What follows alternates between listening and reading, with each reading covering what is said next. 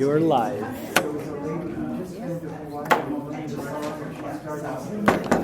Hello, all right, we're going to go ahead and get started. On the button. All right, so I'm calling this meeting to order the San Luis Obispo County Flood Control and Water Conservation District Water Resources Advisory Committee, aka WRAC, for Wednesday, September 4th, 2019. And we'll go ahead and start with determination of quorum. So if you are a voting member today, please raise your hand.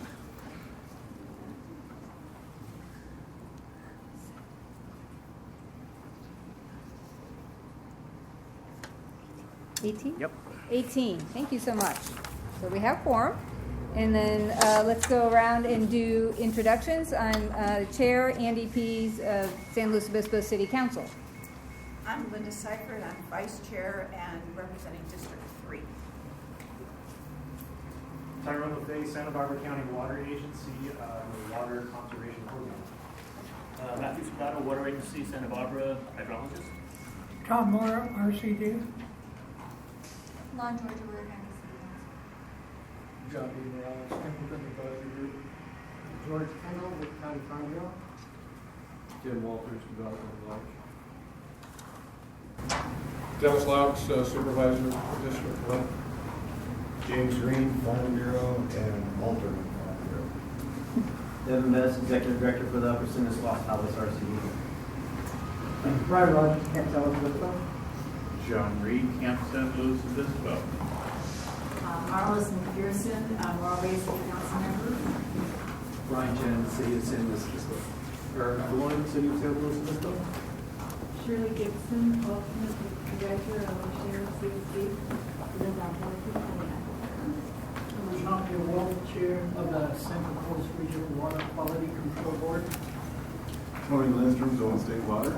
Mark Zimmer, Golden State Water Company. Ed Eby, Bobo CSB.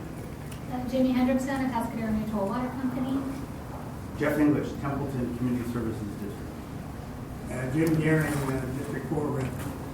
Cynthia Ruffalo, original CSD. Steph Wall, Creek Lands Conservation, used to be called Central Coast Salmon Management. David Chipping, Environment at Large. Eric Greening, also Environmental at Large. Christine Mulholland, Environmental at Large. Linda Chipping, Coastal San Luis RCD. Lizzie Lance, Grover Beach City Council. Dominic Rock, Central Coast Regional Water Quality Control Board. Ray Dienzo, Public Works. Good. I came in late. I'm Hillary Graves. I'm the Vice President of the Estrella El Pomar Creston Water District. Anybody else I missed? Awesome. All right. Thank you all so much for being here. Look forward to a great meeting today. First item is the approval of the June 5th, 2019 meeting minutes. Any changes or corrections? Yeah. There's a statement in here, Ocean Community Services District of the City of Russell states that the CSD is permanent water agenda. It's been 3 months, and I don't remember exactly what I said, but this doesn't make sense to me. So unless somebody else remembers, maybe we can just change it to reported on the CSD. Where is that in number Sorry. 5? Page 4. On page 4. Yeah, page 4. Yeah, page 4. John, I know we were discussing some of the actions and programs, but I don't remember, The water agenda. So how would you like it to read? This. Maybe just say reported on the Oceana CSD. Is that all right? Okay, yeah, that's fine. Okay. Any other changes? Excellent. I'll entertain a motion for the. Thank you, Linda. And a second? Second. And Christine. All right. And this is a roll call. Yes.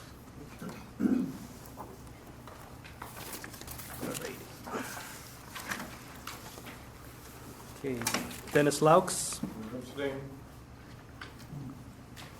Linda Seifert. Yes. Jim Gehring. Yeah. Let me see. Tim Walters, Stay. Christy Mulholland, Yes. Eric Greening, Yes. David Chipping, Yes. Linda Chipping, Yes. Tom Mora, Yes. Jamie Hendrickson, Yes. okay, John Reed, Yes. George Kendall, Yes. Anthony Lindstrom, Yes. Steve Sinclair, okay, Hillary Graves, Yes. Lan George, Yes. Desi Lance, Yes.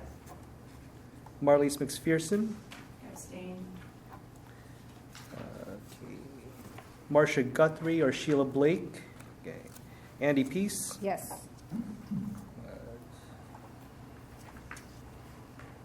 let's see, Craig Armstrong or Ed Eby, Yes. okay, Cynthia Raplogle, Yes. and Jeff English. Yes. Okay, motion carries. Okay. Thank you. All right, we're going to go through the ongoing updates. I'll say each one, and then if you have something you want to comment or add, just time. Rain and reservoir report. The comment I want to make on Rain Reservoir, we also have a summary of the rain from last water year. As you can see, most of actually all of them are right at 100%, if not more. The big winner was Paso Robles. The Salinas Dam area, like in Santa Margarita. And also want to make a note that I added a new gauge to report on. It's the Rocky Butte gauge. I'm adding that because it's of interest to the Nacimiento Salinas watershed areas. So that's the comment I have for that. Thank you. All right, groundwater basin management efforts. Integrated regional water management. Stormwater resource plan. And then we have the various county water programs, policies, ordinances. And there was actually a couple items in there.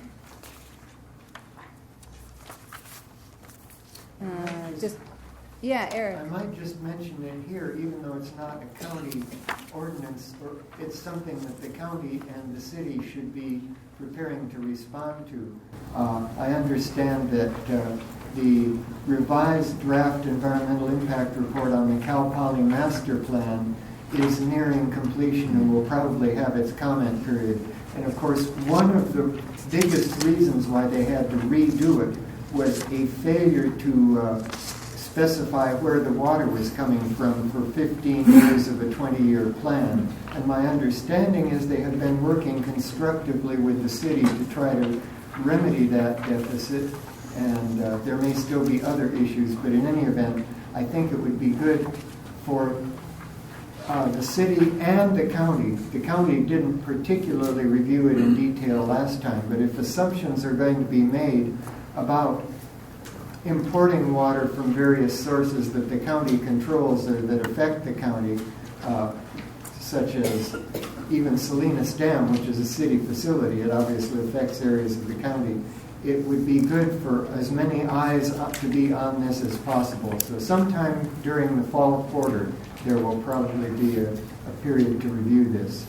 Good. Yeah, that might be an interest when that does come out to have a quick update about what their approach is. Mm-hmm. And you may have more information about the kind of conversations that have been happening with the city, but I'm just glad they've been having them. Right.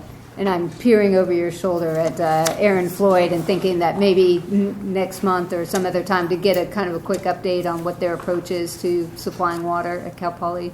We could actually come back with a kind of a summary of what was discussed. We did bring this to the City of San Luis Obispo City Council meeting several months ago with an overall summary of about 30 different possibilities for Cal Poly to find additional water supplies to meet their overall master plan build-out. We don't have any specifics yet on which one they have landed on, but that will definitely be identified or need to be identified as part of that EIR that you're speaking of. Thank you. Yeah, great, thank you. Is the city the lead agency? Cal Poly is their own agency, but we supply their water. Well, it's a mix, right? They are, neither the county nor the city have any land use authority over them. The lead agency is the CSU system, and the decisions on the master plan and all their land use are made by the CSU Board of Trustees meeting in Long Beach. But CEQA, thank heaven for CEQA, gives the local agencies the opportunity to make sure that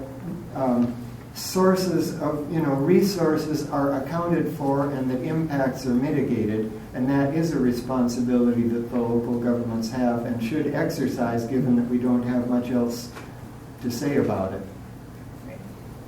Thank you.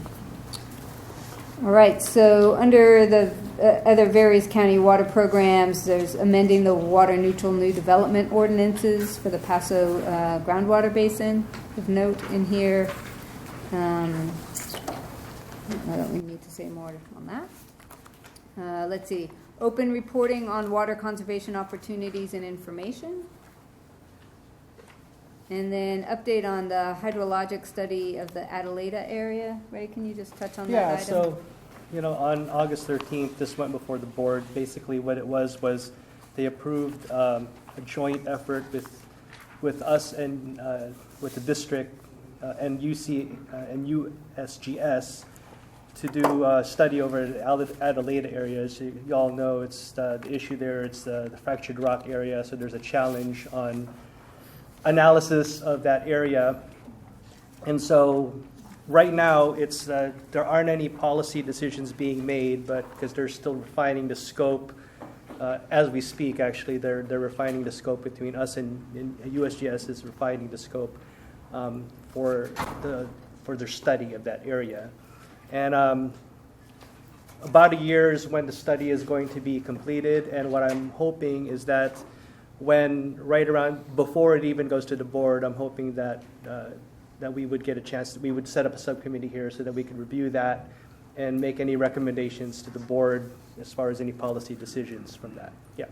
When that happens, I think it would be good to see the ordinances in other counties, and I think particularly the Napa County ordinance offers a good model because it gives you the opportunity, since we can't comprehensively study every single pocket. The onus is essentially on someone who drills a well. Once we have reason to believe that a certain boundary defines a water deficient area that is not a groundwater basin but like a fractured rock area, then the onus becomes on the applicant to prove that there's a sustainable water supply before they drill in it for any applicant for a new well.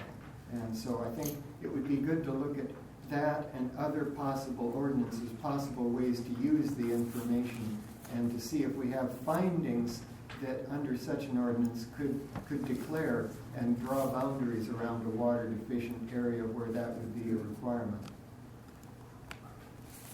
I'll make note of that. Thanks. Thanks. Anything else on that item?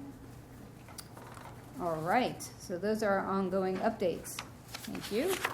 So now our next item is this is some follow-up on work that we were doing for conservation, water conservation overall. So you'll see these kind of rolling out over the next few months. But a presentation on Santa Barbara County Water Agency's Green Gardener Program, Watershed-Wise Landscape Training Program.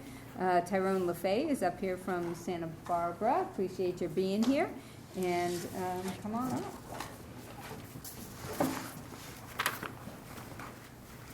Hello, everybody. Thanks for having me. Blind myself before I start. Yeah, thanks for having me. It's I actually born and raised in Seattle and moved to Cal Poly Pomona to do a graduate program in landscape architecture. So it's cool to be in the original Cal Poly area. So I wanted to thank Jamie for inviting me to come up and talk with you guys about a couple programs that Santa Barbara County's been implementing. One in particular for we're in our 20th year of, actually, and another that we did primarily in response to drought. So I haven't ever, in the 5 years I've been with Santa Barbara County, I haven't ever presented on these programs, so bear with me as I go through this. So just a quick overview of what I'll try and cover briefly and quickly with you guys. I'm going to give you a little bit of context in terms of our regional partnership program, which is sort of the main driver of probably a good 80 to 90% of my position as a water conservation coordinator for Santa Barbara County, and a sort of foundational piece for which a lot of our programs come from, including the two programs I'm going to talk about today. So with that comes funding and then my piece of coordination. And then the two landscape programs of interest that Jamie asked me to come talk to you guys about, our Green Gardener program and our Watershed-Wise landscape education programs we did, which included both homeowner education workshops and landscape professional trainings. So a little brief overview of our Regional Water Efficiency Program, or RWEP, as we like to call it. We're all into our acronyms. This is just sort of a display of 17, actually 18 water purveyors in Santa Barbara County. We don't often necessarily count Vandenberg Air Force Base. Sometimes they provide us with data, sometimes they don't, kind of on their own. But out of these 17 water purveyors, 13 of them actually participate in our Regional Water Efficiency Program. It's a voluntary-based program, and it's run by the county, by myself, and one other staff member at the county. And essentially, well, I'll go to the next slide here. How they participate, this is data that we collect annually on water production and water usage from each individual agency. And the agencies that want to participate in our regional program, as a group, collectively, we develop an annual budget and line items within that budget for various programs that we would like to do within their service areas to benefit their customers. And so from that annual total budget, we take their previous calendar year's water usage, and that's how we allocate their amount that they pay into that overall budget. So larger water user using more water will pay a larger percent of the overall annual budget for our programs. And I guess I should say why some of this benefits agencies for participating. Obviously, the larger agencies, the urban water suppliers, those that serve 3,000 acre feet or more or have 3,000 or more connections, have higher state mandates put upon them to achieve certain thresholds of water efficiency. So by participating in this program,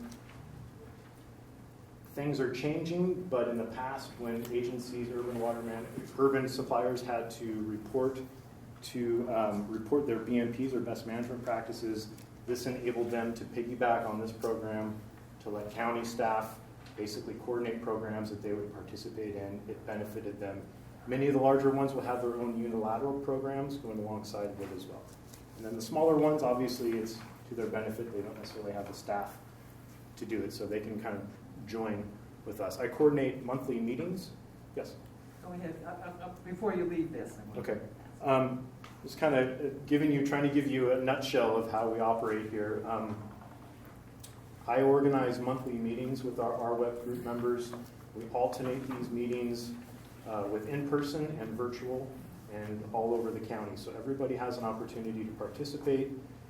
Again, we work on a consensus basis as much as possible. And whatever they want to do with their funds, I will do my best to make happen. Thank you. Looking at the per capita water use, there's such a huge variance here. Correct.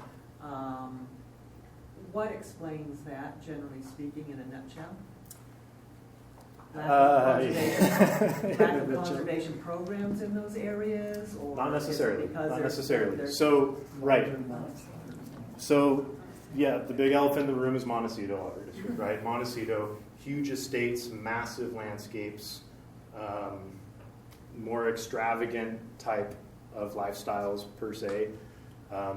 way higher per capita water use, right? San Ynez also is very. San Ynez also, and they have larger landscapes as well. Not necessarily, they have a lot of agricultural customers, but not all their ag customers are on ag wells or ag accounts. So they have so these are larger landscapes versus someone like the city of Santa Barbara, more urban, more dense, per capita starts to drop. So that's kind of the main reason behind that, but it's also demographics,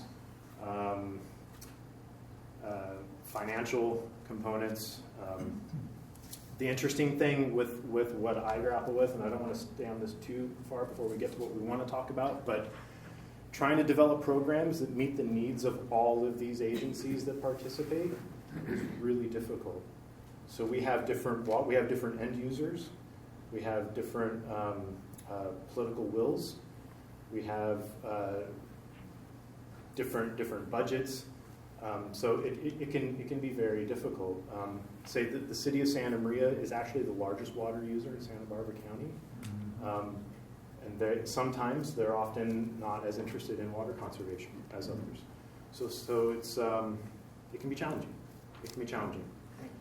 But again, I do my best to represent this group, to do what it's for the most part, everybody gets along fabulously, which is pretty wonderful. Yes?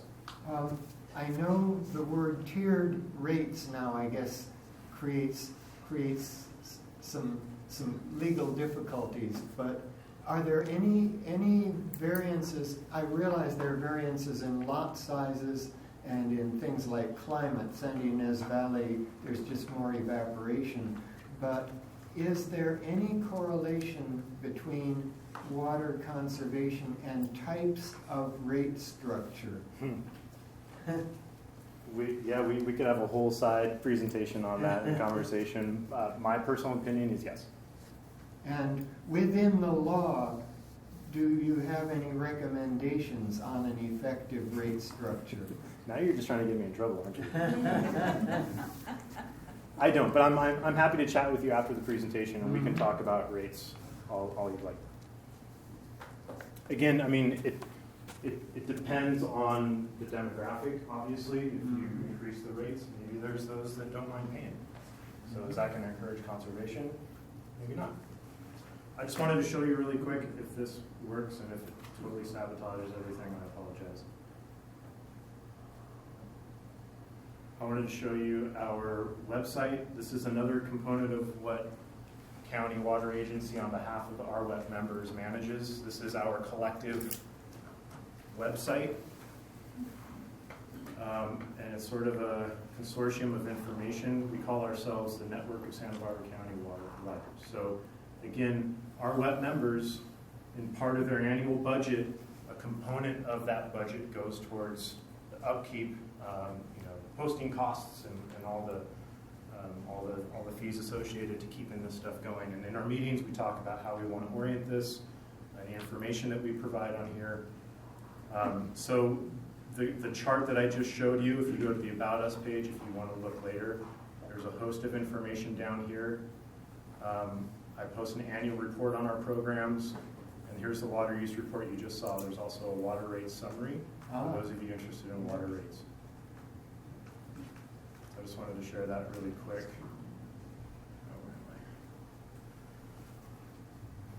So it kind of gives you a context from which these programs originate from and are driven from. I'm going to talk about our Green Gardener program.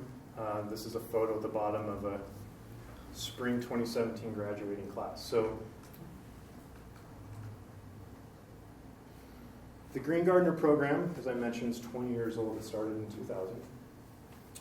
And it actually started with a number of interested individuals, as things usually do, from various agencies and viewpoints. So there was a person from Santa Barbara County Water Agency. There was a person from the City of Santa Barbara Water Conservation. There was somebody from Santa Barbara City College, I believe, and then another person from a local environmental group, the CEC, I believe. All sort of came together, worked together to create this program. They actually wrote the curriculum, and I believe they offered this program for 5 years before Santa Barbara City College actually formally took it over under its wing. But still today, we all work collaboratively to update curriculum, to promote and advertise, and to get folks into this program. So it's not just on Santa Barbara City College. It's a real collaborative community effort. But since day one, the goal hasn't changed, which is that it's a bilingual training program for landscape maintenance professionals, and that's how it was initially. Curriculum was initially developed and written for, and it was sort of a component within the industry that folks felt were getting left behind or weren't always necessarily provided resources for. And to be quite frank, in Santa Barbara County at least, I'd say, I'm not going to quote any numbers because I don't know any studies, but a large percentage of our landscape maintenance individuals are Spanish speaking, or English is their second language. And most of them have never actually had a college degree, and some have never even been to school. So some of the initial program goals, as you see here, increase efficient use of water, but other resources as well, including reducing pollution on site, so even air pollution. We get some private funding for this program from the Air Pollution Control District. Provide incentive for gardeners to participate, which I'll talk about in a minute, and educate the public on sustainable landscaping. It's sort of a general obvious one. Improve appearance and health of landscapes throughout the community. So I'm going to go over some of the components that make up this program to give you a better sense of it. It's within the School of Extended Learning. That name's changed over the years a number of times, from adult ed to now School of Extended Learning. The class fee, currently it's actually free. There used to be, when I started 5 years ago, there was a $35 materials fee for those that wanted to take the class. Now it's free. And it's offered in the evening time, so landscape professionals can come to the class after work. Our advertising outreach, again, is a collaborative effort. It's mainly from the city college's point. It's within their course catalogs, and then I place a lot of radio ads at the end of every class. We give each student a class survey to tell us how they heard about the class. And for 20 years, the majority of them have heard about it through the radio. They're out in the field, they're cruising around in their trucks, they're going from site to site. So I'm placing radio ad after radio ad on Latino radio stations throughout Santa Barbara County. We do still place some ads, some print ads, and we are currently starting to increase our digital ad campaigns. We're finding more and more folks, or everybody's got a cell phone now, even our landscape maintenance professionals. Is it taught in English or Spanish? Both. It's bilingual. So the curriculum levels, the basics class was the class that was initially developed 20 years ago. It was one long class. And over time, the city college broke that class into two segments. And when they broke it into two segments, they could get more funding from the state to offer the class. If it were two complementary classes, they could then bundle it into what's known as a certificate class. And so now this is a new thing too, this digital certificate on the upper right. This is now what they get when they complete that class. So they can put that on their LinkedIn page. And so all these School of Extended Learning have all of these digital badges now that students can get. So they can get one of these for taking the Green Gardener class. There was always an interest in expanding this basics class and offering an advanced class. There's only so much you can do over 15 weeks and talk about landscape. And in 2017, the school came to us and said, we have some extra funding, we'd like to develop this advanced class. So now we also offer an advanced class it has a lecture component, but it also has a lab, which is a hands-on component. So they can take these ideas they're learning in the class and apply some muscle memory and do some actual hands-on projects. Is this being taught in Spanish? Excuse me? If the majority of people you're trying to reach are Spanish speaking, is this being taught in Spanish? Yes, it's bilingual. Bilingual. Correct. So when you say bilingual, is somebody actually saying English and Spanish every time, or is it being offered sometimes in English and sometimes in Great Spanish? question. Sorry. So to further explain, when we start out advertising our classes, we do it 2 times a year, once in the fall, once in the spring. And each time we start out with 2 class sections. There's some things I don't quite understand and can't speak to from the administrative city college and institutional standpoint on what they can and cannot say about something being bilingual. There's some barriers there. But one class has the intention of being taught in all Spanish. It's easier for the teacher, it's easier for the student to get one language back and forth. Another class, that same quarter is taught in English. Again, it's easier and it's most beneficial for both teacher and student. However, if we don't meet the minimum enrollment numbers, which is 18, although they move that sometimes for us, we combine them and then it becomes bilingual. He'll teach it in English, he'll teach it in Spanish. Students get resources either in English or in Spanish if they want them in Spanish. It's described as a maintenance class for people who are taking care of things. Correct. Is there material, is it assumed that some of the people have a choice as to what is planted? And is there material on choosing natives and drought-adapted plants? I've noticed Santa Barbara, so many of, especially the places with larger yards, seem to be aspiring rainforests with all these lush tropical things. And I would like to think that a new culture of expectation, you have that botanic garden right there. I'll get to it. You're beating me to it. Just hang on. Yes. I'll get right to that. You're beating me to it here. A couple slides ahead of me. So again, breaking down these 15-week courses, the basics class, 15 weeks, 1 time per week, 2.5 hours. Again, it's module 1 and module 2. It used to all be 1, like I said. They've broken it into 2 now. The advanced class, for the same 15 weeks, they meet twice a week. 1 week is lab, 1 week is lecture. And again, as I said, the instructor obviously needs to be bilingual so he can teach the class in both English and Spanish. And we also heavily rely on guest speakers. We get speakers from the landscape industry that will come in that are experts in irrigation or whatnot. This is a picture of the water conservation coordinator from the city of Santa Barbara talking to these students about proper way of irrigating street trees. And the photo up top is a hands-on project the advanced class did. They did some curb cuts and put in some mulch basins in a parking lot. Yes? Are you finding your classes are full every? No. No. And are there repeat students? Like, do you find the students that come to the first will then come to the advanced? Sometimes. Yeah, sometimes they will. So we're going popcorn style here, but this is okay. So you say you take the class this year. At the end of the class, the end of the following calendar year, you can renew your certification. And by renewing your certification, we ask you to do essentially CEUs. And part of the option of your CEUs is to go attend another Green Gardener class as a refresher.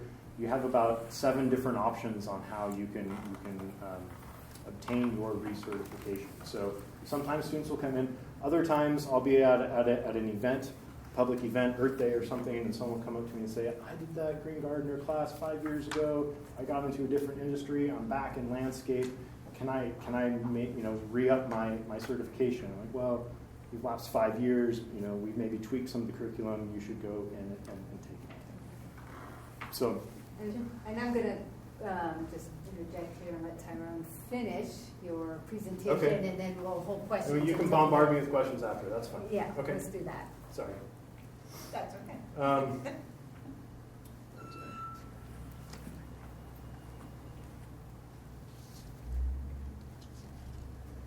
Here's an array of topics that we cover. Sorry, the print's a little small. They're in no particular order. And I'm going to leave these with Jamie. This is a student binder that every student gets, and those topics are all in here. So you're welcome to browse through this. So if students want it in English, they get this in English. If they want it in Spanish, they get it in Spanish. These are all the topics that are covered throughout the 15 weeks. It's pretty heavy in irrigation, as you can see, but that's really a huge component for which we want to address, is water efficiency in the landscape for these folks. So again, student materials, they get the binder, and the binder has all the presentations that the instructor will do. And by the way, if you go to our website and you look under landscape programs to our Green Gardener website, All of the PDFs and presentations are there for free. You can download them, you can check them out. You can email me if there's any typos too. Oftentimes we stopped, but each student would get a soil probe. So they learn how to go to some of their sites. This might be one of their new best friend, is to go and see how deep their irrigation is actually penetrating the soil, how compact their soil is. So they get to take home and actually apply a hands-on tool that they're learning in the class out in the field for their clients. And they get catch cans. So they learn how to do a distribution uniformity assessment and assess how good their irrigation systems really are. And in doing so, we get an opportunity to brand these materials. So we have our logo, we have our website on these things. So those folks can go and get resources again and again and again through us. It is a pass-fail. It is adult learning. Essentially, their grade, whether they pass-fail, is based on attendance. It's not necessarily what they get on their final exam, although there is a final exam. It's multiple choice. They have quizzes throughout the entire program as well. Every week they have a quiz. So they're reiterating the material that they're learning. And at graduation, again, like I said, most of these folks have never graduated before. They haven't gone to college, so it's a big deal to them. And I have the pleasure of getting to go in there and conducting a graduation for them. They get a certificate from Santa Barbara City College. I make them little laminated cards they put in their wallet that tells them when their certification expires. They can take that to some of our supporting landscape supply stores that support the program, and they'll get 5-10% discount on irrigation supplies or other materials. And they also get a really cool, groovy Green Gardener cap they can wear out in the field and feel really proud. They all put it on for their class photo and hold their certificate up. They're very, very proud. And I also give them another opportunity to brand our water-wise. We give them a tote bag. I give them a water bottle so they can stay hydrated out in the field. I give them a clipboard and sort of a home irrigation audit assessment that they can Xerox and use for all their clients. So they go away with feeling really good about what they've accomplished. So some of the benefits for these folks, obviously they're building language and communication skills. I'll talk about it in a second. But there's an ESL component now that we have for these folks. Often that's the biggest barrier between the landscape maintenance professional and the homeowner is that language barrier. Again, not many of them have a college education, so that's a huge benefit for them. They feel empowered. The advertisement's really good for them. One of the things we do is we offer them, I do have a slide of it. This is our public list. As a public agency, I get phone calls all the time. Hey, can you tell me who the best person in town is to come dig me or put in a rainwater catchment system? I'm sorry, I can't. I'm a public agency. Oh, but by the way, we have this list. I can vouch for the curriculum that these students have been through. Feel free to give any one of them a call that you want. So this is our way of sort of circumnavigating that. They get an extra added opportunity to promote themselves or their business. I'll do a radio ad once or twice a year to promote this. I'll take this to public events. I'll hand it out to people in the public, and they can put, their company name, their name, phone number, and then I have a couple lists. Again, this is constantly tweaked by the RWEP group. There's a huge group of people like yourselves constantly editing this.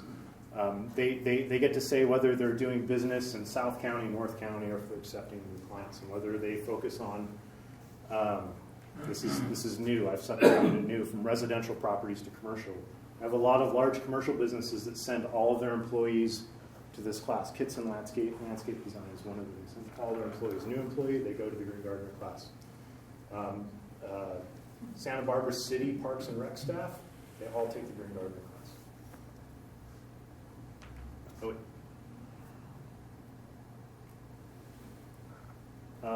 So that's the industry exposure and discounts. Again, like I said, they give. We have folks coming in from the industry to be guest instructors, so they get exposed to latest technology, irrigation supply stores, and it's a mutually beneficial exchange there as well. And then the continuing ed and certificate renewal that I just talked about. So some things we're looking at, even though it's a 20-year-old program, you think, well, haven't you saturated? Haven't you reached all the landscape maintenance professionals in Santa Barbara? Probably, but probably not. There's a lot of folks that just either don't know about it or are afraid to go, or for whatever reason there is. There's new people coming in, there's new people leaving all the time. So amazingly, it's been going for that long. As I mentioned, we have a new component now. City College is offering an ESL component. So this is further enhancing that barrier of communication. So Spanish-speaking students, let me back up, sorry. There's an ESL instructor in the class every week that helps them when needed during the regular curriculum. They can also, on top of that, stay after class for an extra hour and work one-on-one with this ESL instructor. They can practice terms and nomenclature about landscape so they can better communicate with their customers. It's a really, really great thing. We've gotten really good feedback. It just started our last class, and we're offering it again this time around. The advanced class is only a couple years old. We're continuing to refine that curriculum. There's no lack of projects to do, but there's sometimes a lack of material to do them. So another loop for our landscape industry partners to maybe provide some in-kind donations of equipment. So we're constantly refining the advanced class and how to make that better. The recertification that I mentioned and the sort of CEU options, you can see that form on the webpage as well if you're curious. We're looking at revamping that as well. Instead of just an honor system, I check a box and then I mail it to Tyrone LaFay at the end of every calendar year, and he mails me back a new card. We're looking at actually developing a class. So it can be 4 hours.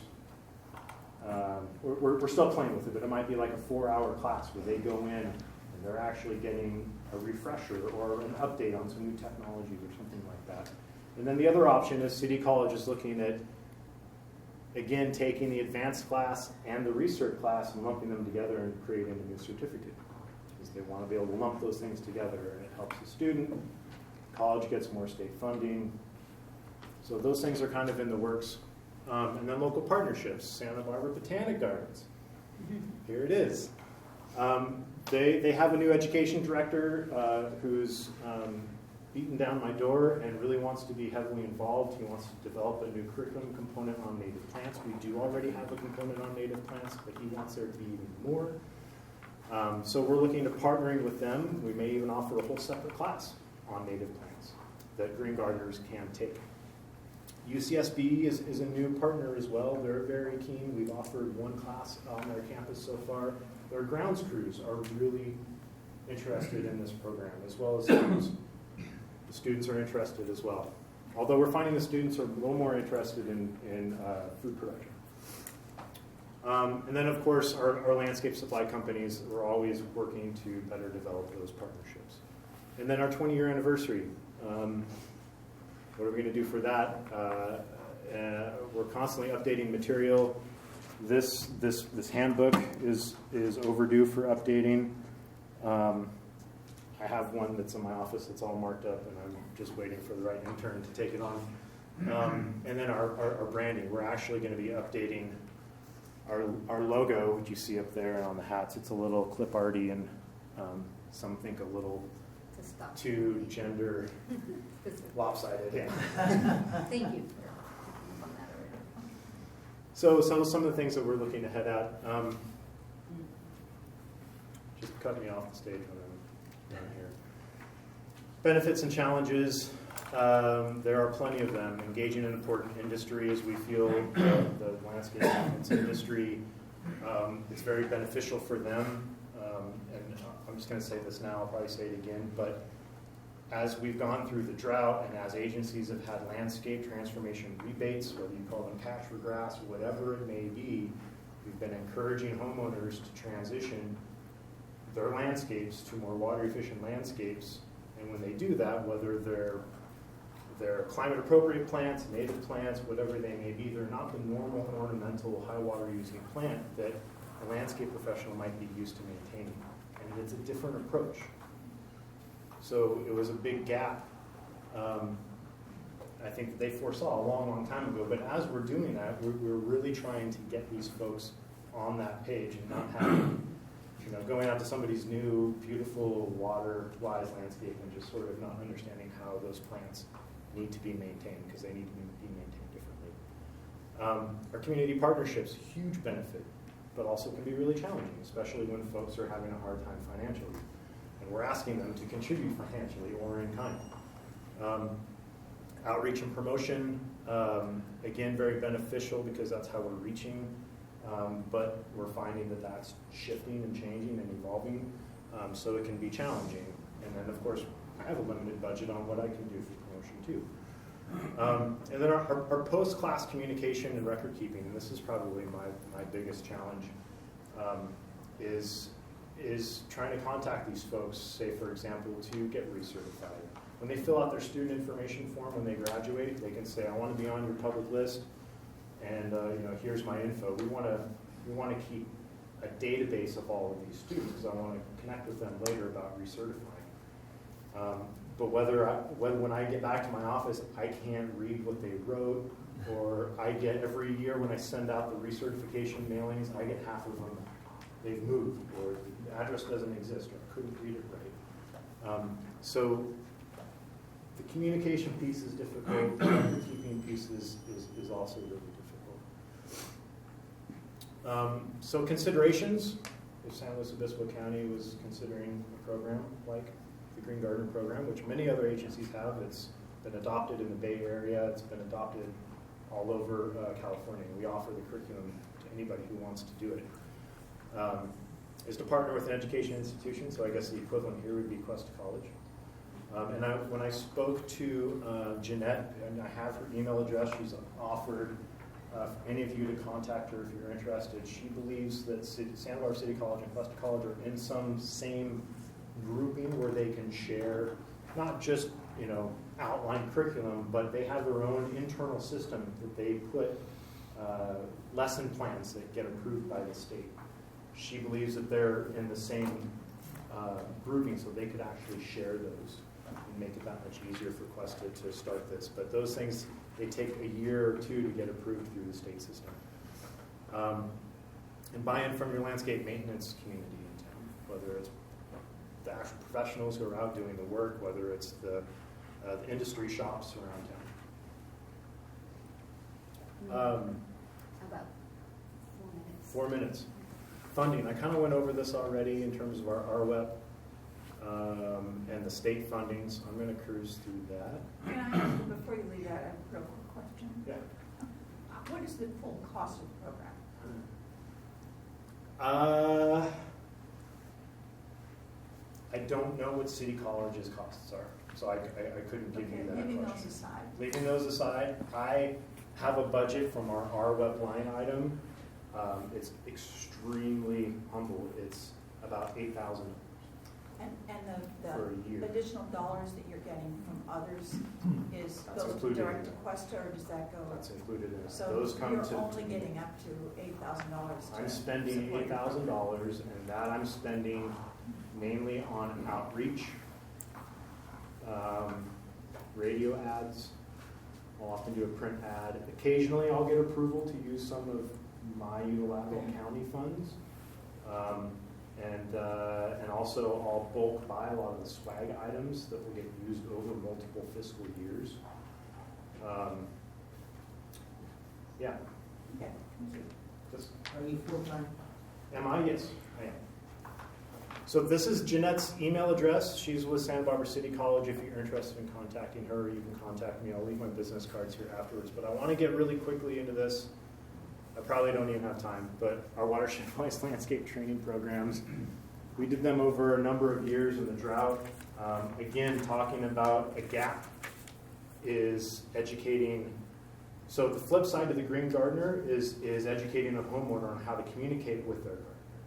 This is what I want. This is what I don't want.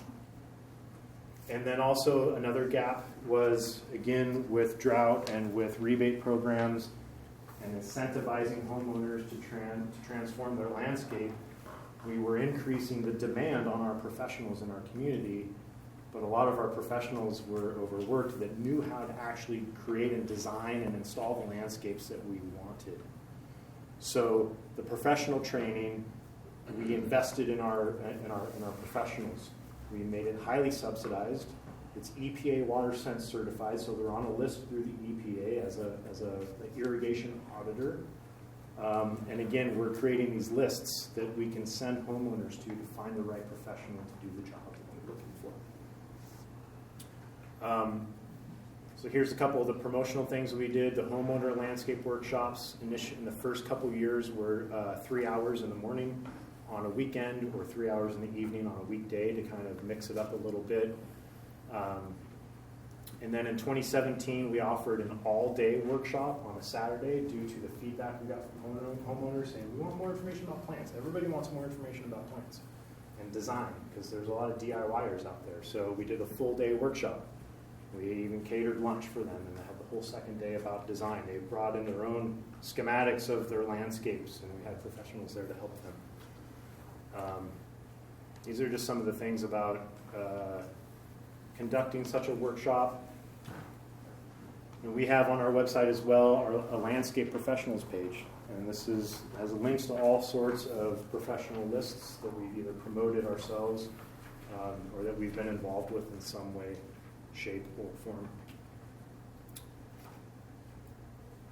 The professional training, I said, is EPA WaterSense. So we brought in trainers that are certified by the EPA to present their curriculum. And it was a 2-day training, very, very full 2 days, goes into extreme detail.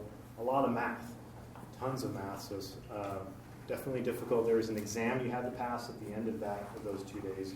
We offered it again. I proctored another exam 30 days later in case students either didn't pass the first one or were so overloaded they wanted to give their brain a break and come back, but we didn't want to wait too long. So we want them to get certified. We want them to get on these lists. That's what we're really hoping for, so we can direct people to those lists. They needed to do a site assessment and create a professional profile, which is sometimes difficult to get people to do.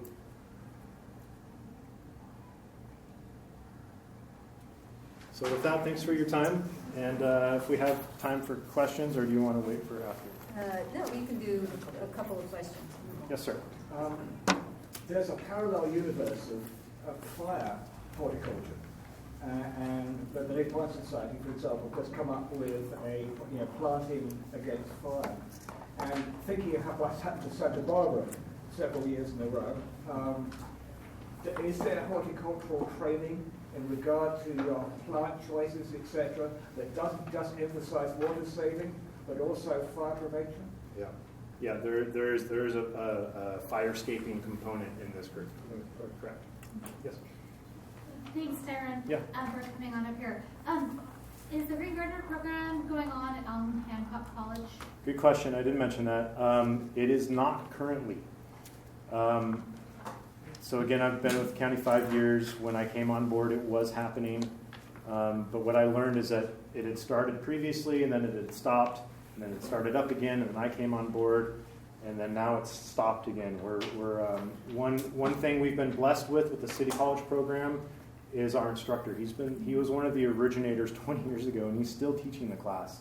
He's phenomenal, and I don't know how we would do this program or how it would be successful without him. But that's the big key at Allen Hancock is our instructor. We lost our instructor, and it's difficult for me being in Santa Barbara and trying to get this program back up and running in Santa Maria. I'm trying to get the city of Santa Maria, my counterpart there, to be more involved. It can be difficult. But the system's set up, it's ready to go. The administrators want it to happen. It's just a matter of finding an instructor. And I just want to share with the group, everybody's here. One, the Green Gardener program has gone on in San Luis Obispo County. Jim Patterson was overseeing it, and I think there was a transition, and we kind of saturated the gardeners at the time, because that can happen, and our county's half the size of Santa Barbara, so we do have a smaller pool of maintenance people. And then also the county did sponsor the Watershed Wise training, the 2-day professional exam. We hosted it in Atascadero, I think 2 summers ago now, and we had 50 people attend it, and some of them took the test. But what we're missing to continue these programs is the county-wide support, a landing page and a clearinghouse for these type of programs, and someone to help perpetuate them so that it's not on one agency to keep offering them, and to have that place where we have certified people that when any of our agencies are called, we can direct them to that website and they can find a professional to help them out. So that was one reason I wanted Tyrone to come share this stuff. Great. Well, thank you so Hopefully much. that was informative. If you Yeah. have any questions, I've left my business card up here. Feel free to call me or email me. And I left a few of the brochures and things that we have regarding programs. Very good. Thank you.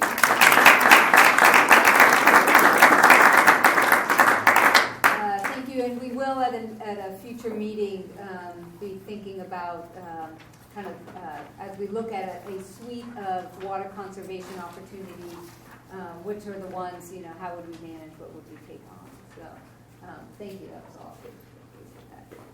All right, and now it was many months ago in that I saw they were reporting on climate action whole day long impact report and conference, and during that I saw Dominic Rock from the Central Coast Water Board and others be talking about kind of what are the impacts from climate action from climate change on our water resources, and Ray and I were saying, man, we gotta get that in front of WRAC. So that was the impetus, and I really appreciate Dominic coming in. Thank you. Thanks, Sandy, for inviting me. I will endeavor not to boil up here like Tyrone was. Keep it up. So yeah, I'm Dominic Rock. I'm actually the Stormwater Program Manager at the Central Coast Water Board, but I've had a couple of different hats on over my 19 years with the regional and the state board. So I'll just tell you, first off, a little bit about the water boards, just to remind everyone what the function of that agency is, and then we'll talk a little bit about the regional effects of climate change, because you've all heard these before, and you probably can recite them without any prompting.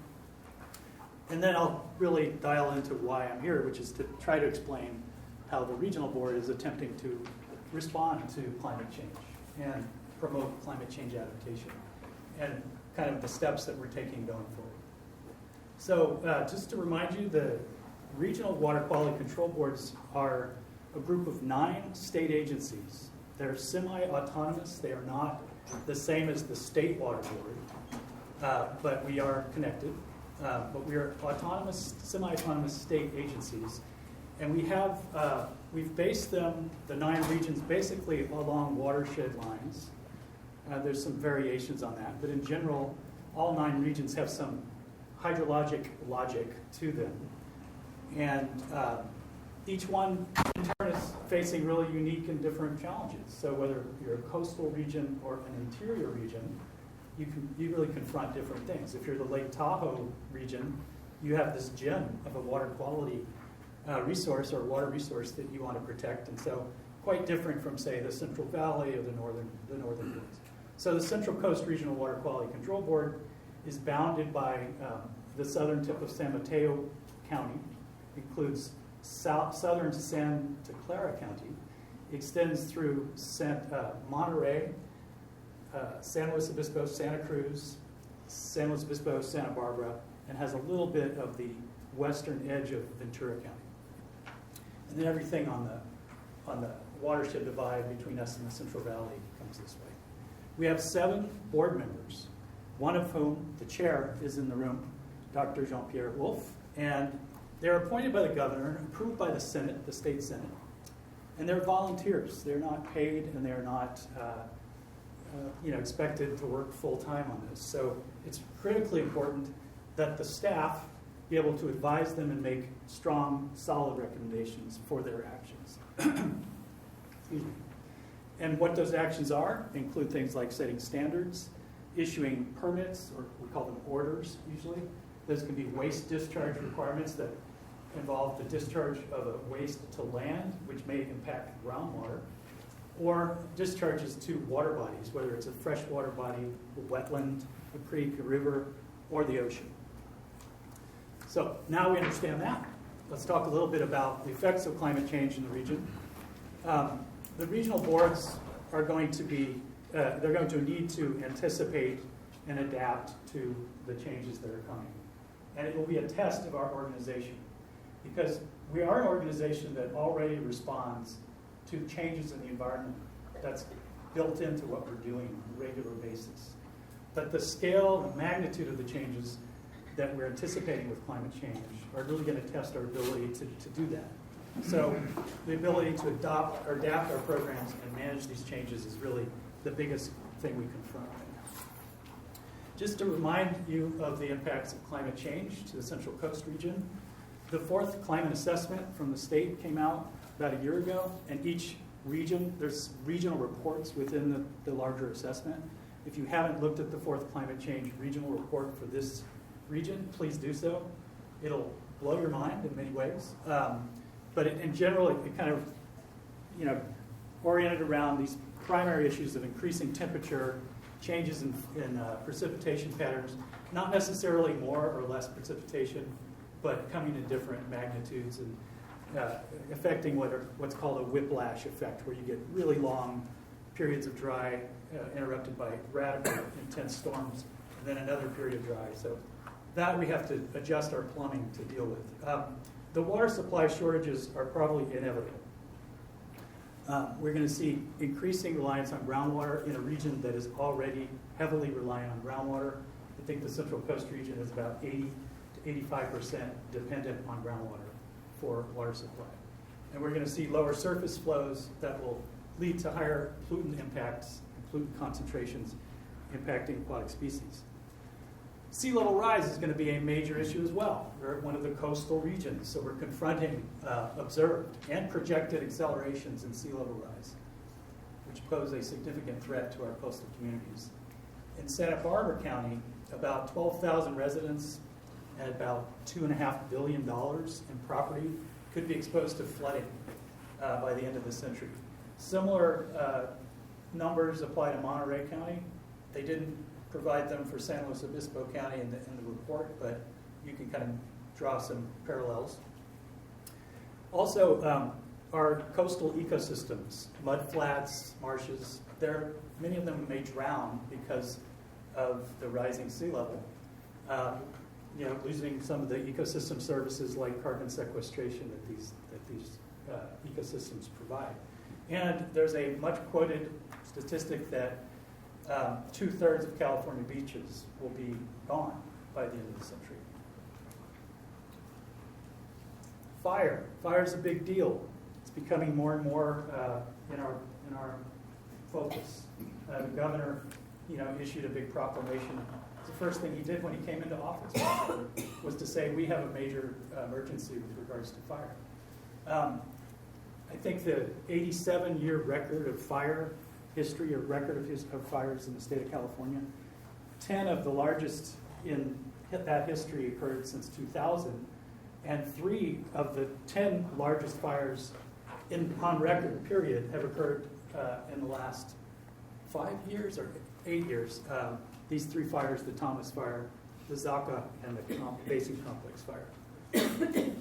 So we're going to see frequent and sometimes large wildfires as major disturbance. And then we're going to see post-fire recovery probably taking longer because of climate change as well. Within the agriculture sector, you're likely to see significant shifts. We're already seeing some of them because we have the Salinas Valley, which is the lettuce basket, or what do they call it, the lettuce bowl. What we really have is industrial agriculture, very large-scale industrial agriculture, and it's going to have to adapt as the climate changes. Public health is going to be increasingly talked about. I think it's kind of emerging as the current topic for climate change discussions is public health issues. It's popping up in the media anyway a lot more. And of course, you're going to see increases in heat-related illnesses and death. You're going to see harmful particulate matter and ground level ozone increasing. We're also going to see increases in harmful algal blooms. Now, currently, the county of San Luis Obispo has dodged some of the bullets with regards to HABs, or HABs, harmful algal blooms. But we're involved in assessing those occurrences. We have looked at Atascadero Lake, Laguna Lake, Lake Lopez, Santa Margarita, WRAC, Nacimiento, and San Antonio, and we're getting really positive outcomes. We're not getting a lot of hits in the San Luis Obispo lakes, but we're continuing to monitor it, and we're trying to coordinate with the folks who are managing those lakes. So probably, Jamie, do you guys have something to do with the Atascadero Lake? No, you don't. I thought maybe you did. But we have lake managers and people in the parks and rec departments of many of these county and local agencies who are managing the lakes and confronting this harmful algal bloom issue.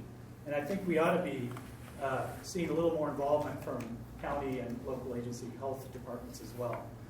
But in general, so far, the issue has not become hugely problematic in San Luis Obispo County from what we can tell as compared to some of the other parts of our region. Again, climate change is going to have disproportionate impacts on vulnerable communities. This is a graphic that I think maybe there's a pointer right here. Yeah. Here we have San Luis Obispo identified among all these counties in the state. And what we're trying to demonstrate here is the vulnerability of low-income populations to particular climate outcomes. The particular climate outcome that's evaluated here is a 100-year flood with a 1.4 meter sea level rise. So that's kind of a combined storm effect. And what you'll see is San Luis Obispo is within the top 4 counties in terms of the disproportionate amount of impact. The top line represents the percent of vulnerable households that are low income in the county.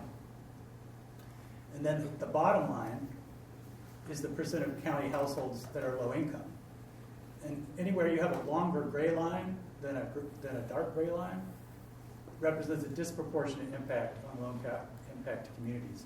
So above the dotted line, which is most of the coastal communities in the state, you're going to see these disproportionate effects. The point here is that environmental justice is really a key and important lens that the Water Board uses in evaluating our work and in prioritizing our work. Because everybody, it's fair to have everyone, regardless of their culture, their race, their income level, be treated fairly with respect to the development and the implementation, enforcement of environmental law and environmental policy. So we take this very seriously, and you're going to see going forward that the Water Board continues to use a disadvantaged community or a socioeconomically stressed community metric to help us steer our particular activities. So, in the last few months, the Water Board has been attempting to kind of regroup and kind of develop an approach to handling and managing all of these changes. Some of the activities that we've been involved with include increasing our own internal coordination with Water Board counterparts. So that includes state water boards, divisions of water quality, drinking water, water rights, financial assistance, as well as sharing with our regional counterparts at roundtables. So we have, for example, the Stormwater Roundtable, where all of my counterparts at the other regions are getting together and asking this question: how are we preparing our program for the changes that are coming with climate change? So that's the kind of thing we're doing internally. We're also compiling and reviewing as much information as we can that's relevant to us on climate change. This is made a lot more simple and easy by the proliferation of really good guidance and information from a number of state and regional agencies. We're trying to raise the awareness internally within our own staff. As I said, it's part of our business to adjust to environmental conditions. That's built into what we do at the Water Board. But it definitely requires another perspective to recognize that those changes are going to become much more extreme and have higher amplitudes and magnitudes. And that's where our staff needs to kind of come to terms with that and start to think a little more broadly and perhaps more courageously about what we need to do. We've also, of course, consulted with all of our internal program managers and tasked them with identifying the specific objectives for their program, how they can address climate change. And we continue to engage with and invite into our offices experts on climate change. So we've had people from the USGS talk about the coastal storm modeling program that they're doing. We have folks from the Southern California Coastal Water Resources Project come up and talk about hypoxia and acidification in an ocean environment as it might affect discharges from wastewater plants. So we're continuing to try to improve our own knowledge internally, and of course we're trying to maintain Joe Pierre's awareness and tell him exactly what we know and how we plan to address it. So that's that last item, keeping our board informed.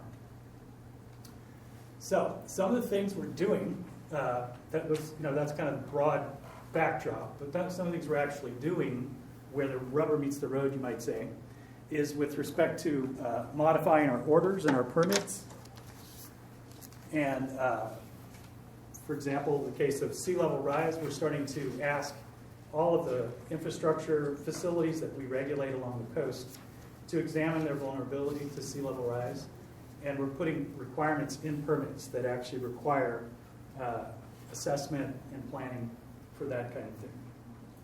So in San Luis Obispo County, the South SLO County Sanitary District, San Simeon, Cambria, Morro Bay, and Cayucas are all facilities that are really subject to the impacts of climate change. Cayucas probably not so much. In our landfill unit, we're developing a general order for our landfills that's going to replace all the individual orders. And those landfill, those new requirements, that new order is going to include a number of very climate-specific adaptation requirements, planning and assessment, of course, but also things to mitigate climate change like methane recovery, managing the cover so that you don't emit as much methane, and doing things like allowing for the leachate to be reused beneficially on site rather than having it hauled off to another facility, so that we're eliminating truck traffic, for example. So we're trying to really use the lens of mitigation in all of our activities as well.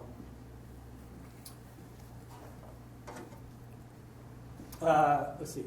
So we're implementing improved emergency orders and permits. We're trying to introduce more protective strategies. So, for example, a wider buffer strip around streams or sediment transport corridors that have debris flows could protect people and environment. And that is something that would be difficult for us to require, but we're trying to kind of develop the approach to getting people to do that. The remediation sites that we work on, or the cleanup sites that we deal with, like Guadalupe, Unical's Guadalupe, we're actually, we're requiring that facility in particular, or that site in particular, to look at how the sea level rise might affect the prioritization of where they emphasized the remediation work. It's a big oil spill, right? So, and it's right on the ocean. So they're going to be asked to, they have been asked to develop a plan to sort of prioritize based on sea level rise.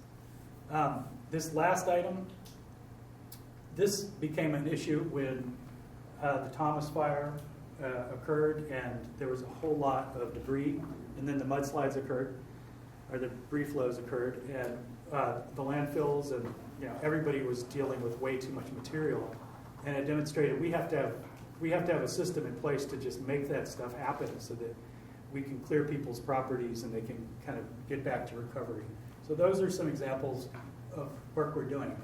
I think at a higher level, beyond these kind of program-specific adjustments, we recognize that additional impacts that will require us to work at a higher level make us want to play a role in a lot of things that we don't have a direct regulatory requirement for. So, for example, how can we facilitate water management strategies that improve that they diversify the water supply portfolio, for example? Well, recycling. If we can push recycling, that could contribute to that. At the same time, recycling a lot of water and putting it into the groundwater might have some potential water quality effects of its own. So we have to look at those effects as well. But we'd like to be able to say we're contributing to, the shaping of state and local policy that that accelerates adaptation. And of course, we're trying to provide assistance in the form of grants and loans to the region. We assist our state water board division of financial assistance primarily, but we have a little bit of money of our own or within our own region that we can also loan or grant. Let's see.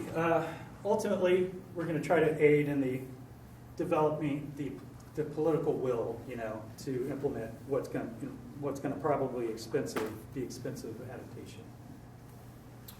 Some examples in the stormwater sector, we've been and will continue to be requiring low impact development, and we're supporting that. We're supporting the municipalities in conducting runoff modeling so that it can start to identify opportunities and the resource that stormwater presents instead of treating it exclusively as a waste.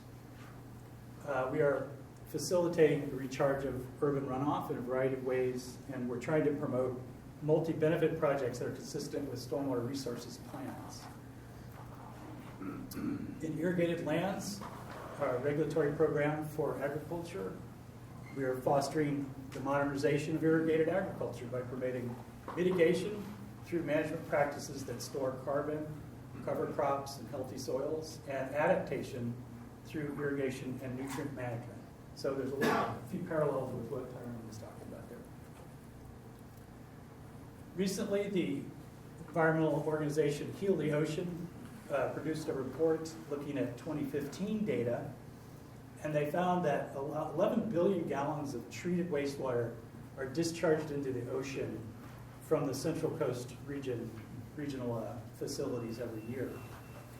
So they did a calculation, sounds like a back of the envelope kind of thing. It said if you were able to recycle 85% of that, you'd actually address 30% of the water consumption in urban coastal communities. So that represents, a potential resource for water, and it is the reason why water supply portfolio diversification is a true opportunity, throughout the region.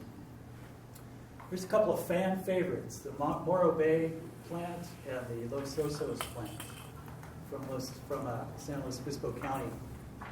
The regional board is promoting groundwater recharge and wastewater recycling through our permits for these facilities. We've got about 6 groundwater recharge projects in the hopper, obviously we're reviewing and considering permits and action on several projects. And we're trying to develop better integration internally between different programs within our agency, whether it's the permitting section, the stormwater section, or the waste discharge requirement folks. So how are we responding to the increased incidence of wildfire? Well, the first thing is to, of course, really understand what the water quality effects of fire are, acknowledging that to some extent it is a natural disturbance regime, but when we're interfering with that and starting to change the frequency and occurrence of fire, that we have a role in that. But the actual water quality effects of fire are becoming clear after the Napa County fires, the wine country fires.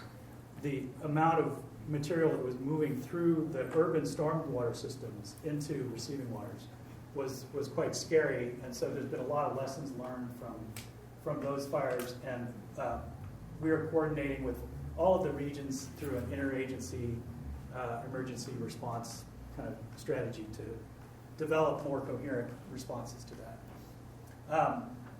And so coordinating our response is going to be a key, whether it's what to do with the debris right after the mud flows occur, or what kind of setbacks we're going to use, around people's creeks to prevent them from building in them.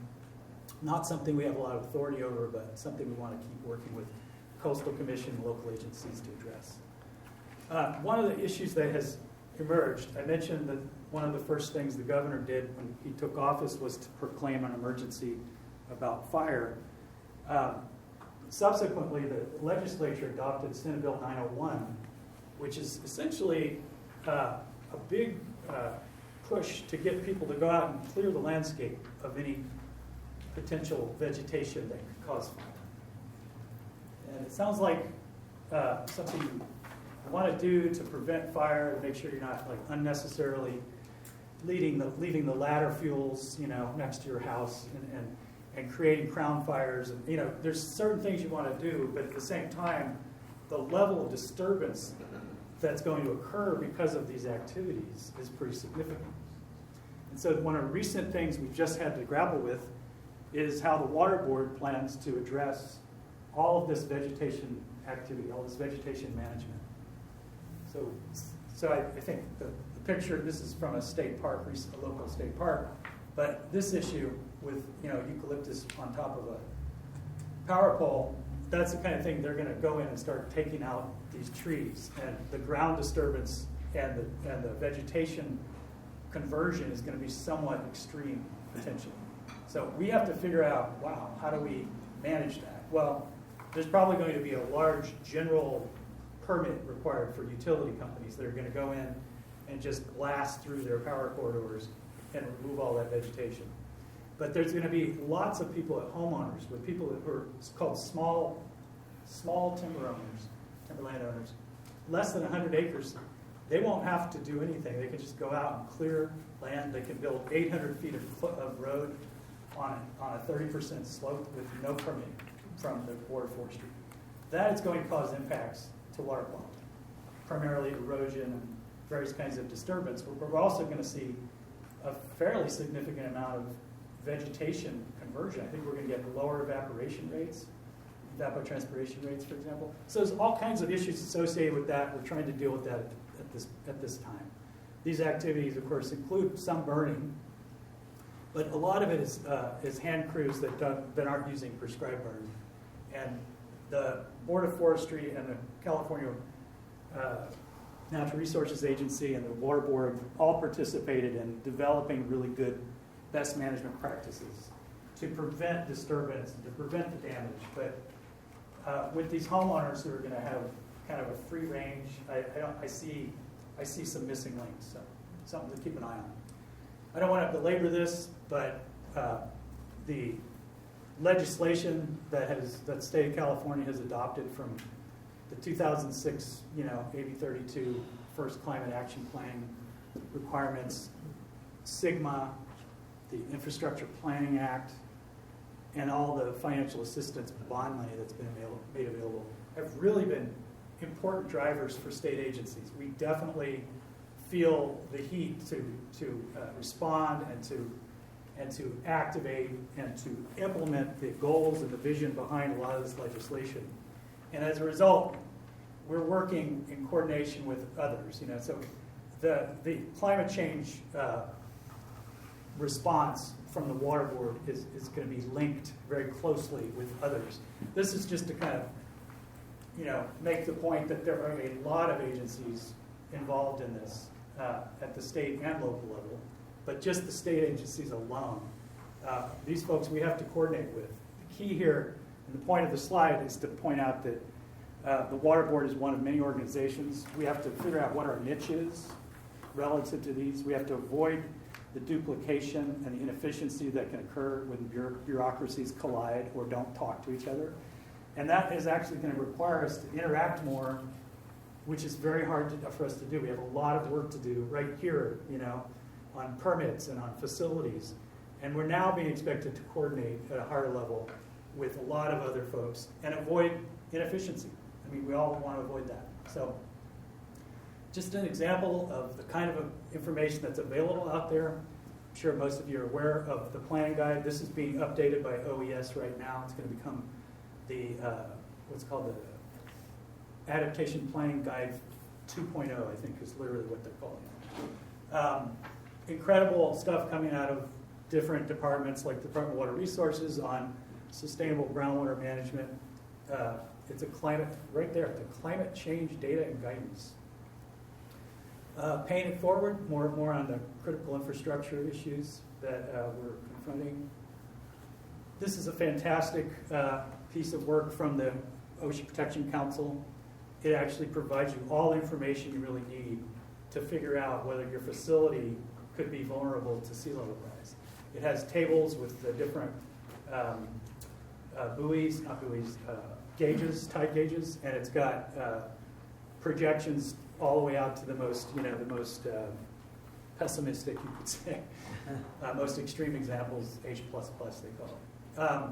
Then there's the data itself available from CalAdapt, which is actually out of UC Berkeley, but they've just started to improve their precipitation piece. They've had sea level rise covered pretty well. But this trick about how much is it going to rain, how's the hydrologic regime going to change inland, that's very challenging. All we have is our history, right? Well, we need to actually start designing, creating design storms for future scenarios. You can't just keep looking 30 years in the past at the rainfall record and say, oh, it only rains, the 100-year event is such. We need to actually project in the future and try to figure out what the 100-year event will be. How am I doing? I'm good? You're about like No, 2 just minutes. 2 minutes. Just finish. Just finish. Okay. You're good.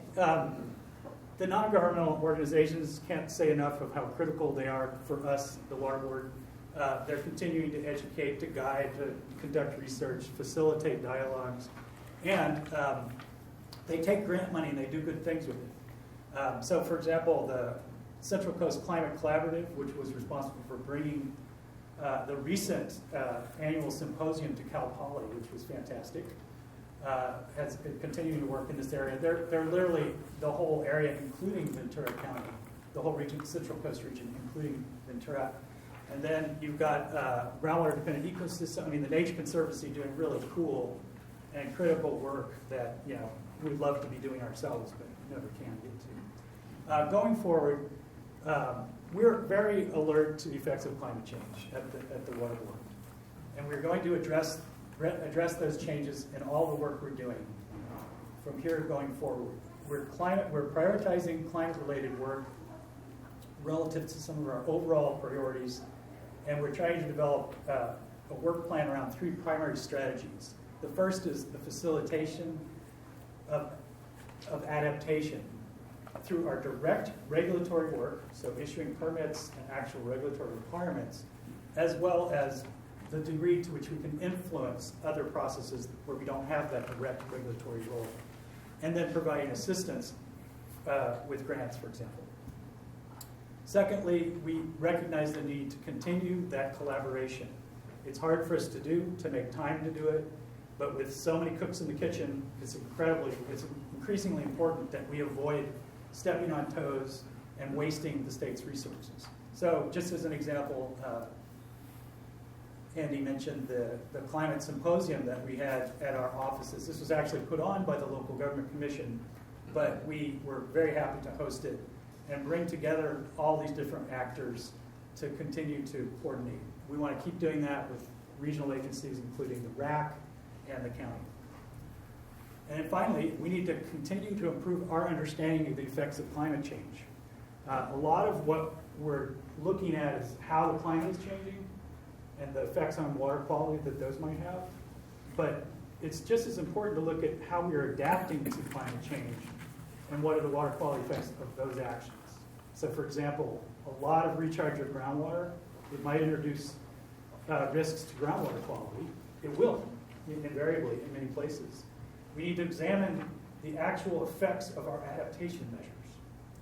And some of those will be, in fact, subject to our authority to issue permits and to regulate. So it's something that everybody needs to be thinking about, whether you're in a groundwater sustainability agency developing a plan, or you're a sanitation district looking at your next facility. You need to be looking at the climate effects, because the Water Board is going to be asking you what you're doing about it and how you're planning. Just a couple of pictures I thought. That's the Goleta Beach when they were putting the mud flow debris out. Oops. And then this is the channel, one of the channels where the debris came down, and they actually, just moved the rocks up into the banks, which is not a desirable approach to response. So that's the kind of thing we'll want to work on as we move forward. So if I could leave you with any final points, I guess it's just that we're definitely committed to addressing climate change at the Central Coast Water Board, and all tough questions can go to Jean-Pierre.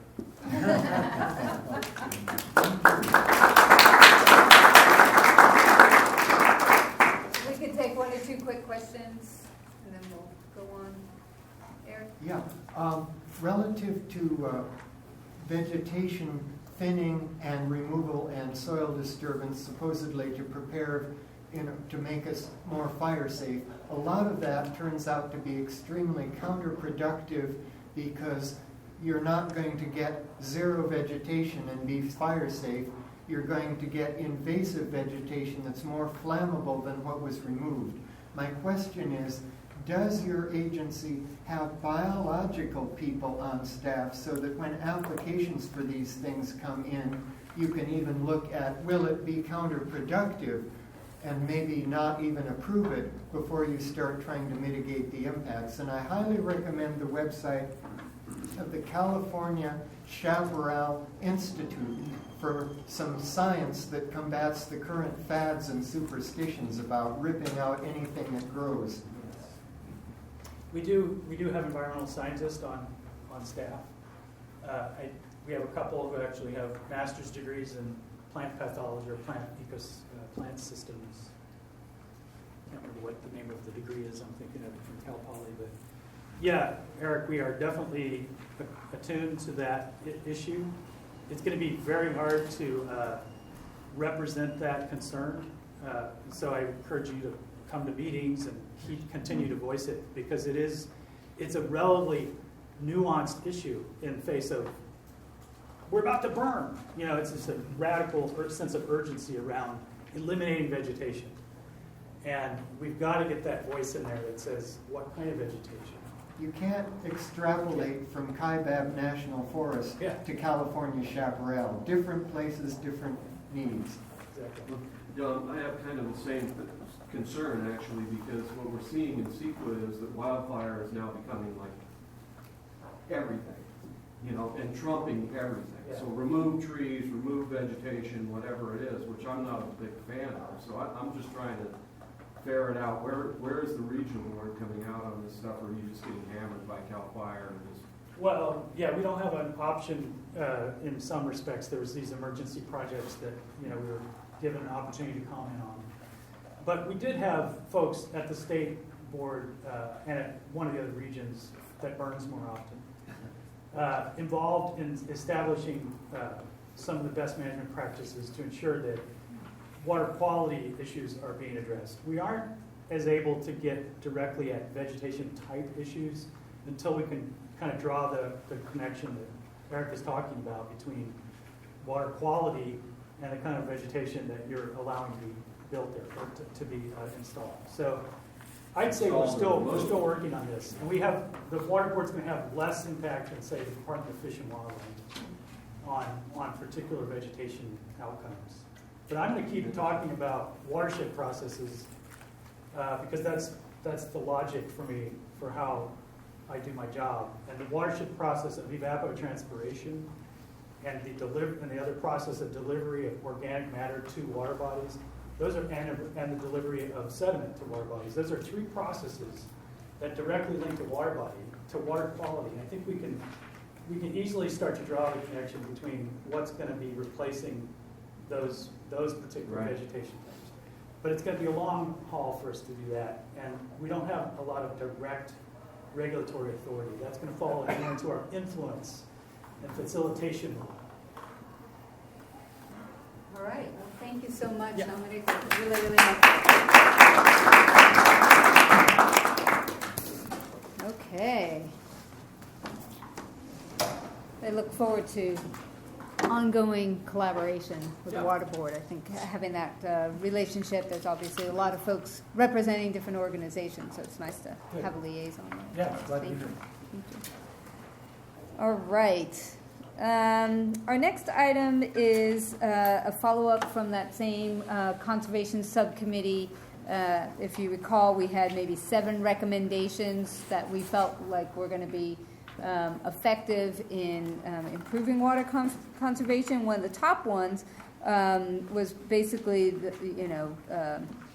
the next level of understanding what can be done within the agriculture community in terms of conservation.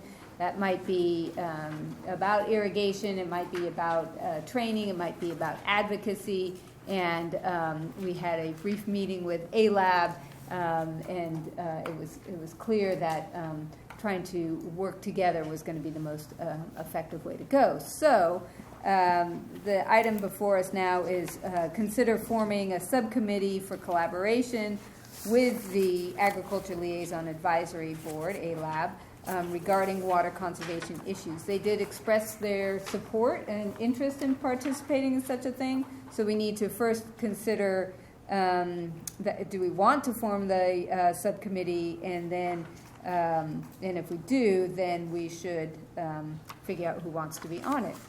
Linda Chipping, George Kendall.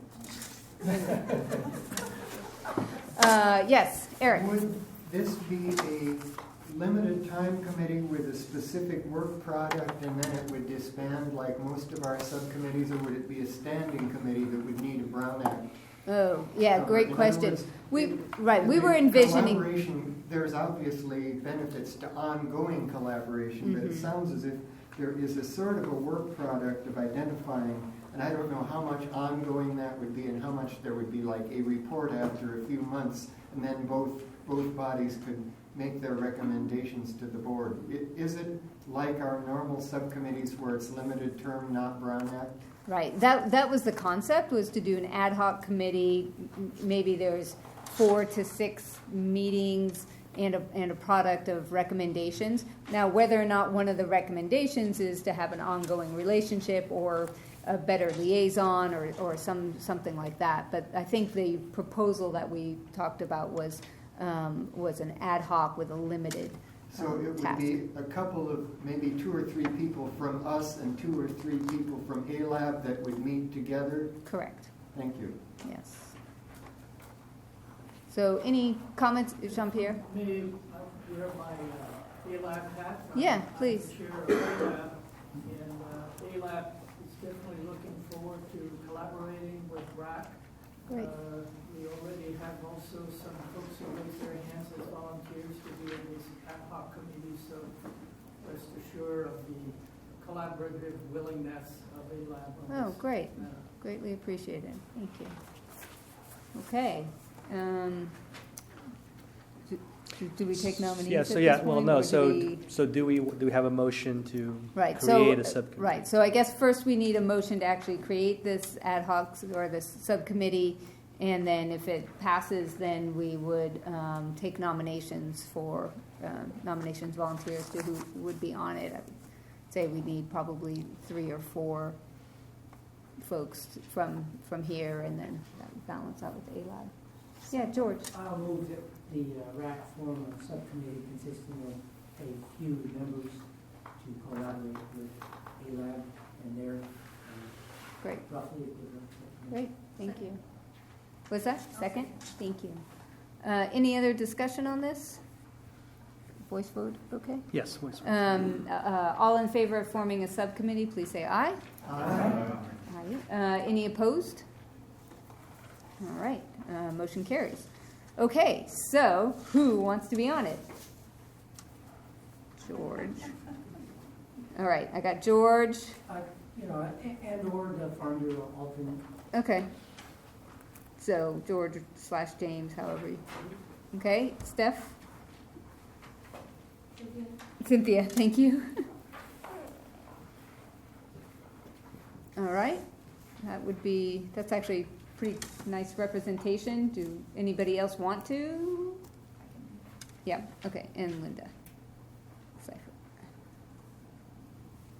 Okay, terrific. Do we need to vote on that, or No, is that? that's good.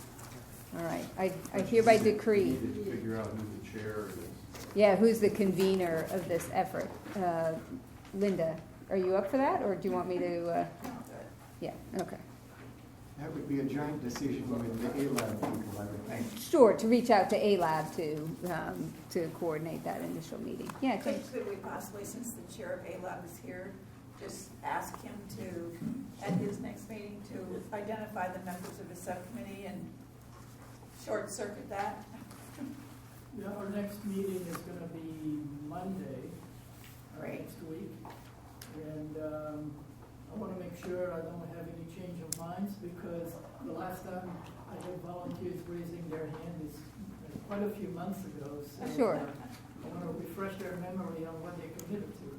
Yeah, that'd be great, and of course, the charge can be mutually developed and meeting frequency, schedule, et cetera. And there's a good write-up in our notes here too that talks about sort of what the expectation was as we saw it. Great. James? And we can meet if you like at the Farm Bureau Okay. as a subcommittee. Farm Bureau has offered, which is where A-Lab meets anyway, right? Is that, Correct. yeah, okay, great, thank you. Takes off one burden. Okay. Any other discussion on that topic? We'll just look for updates when it's available. All right, and next item is an ongoing effort that, in alignment with our bylaws, is that we are doing brief verbal updates from the different member categories. Today's categories is city members.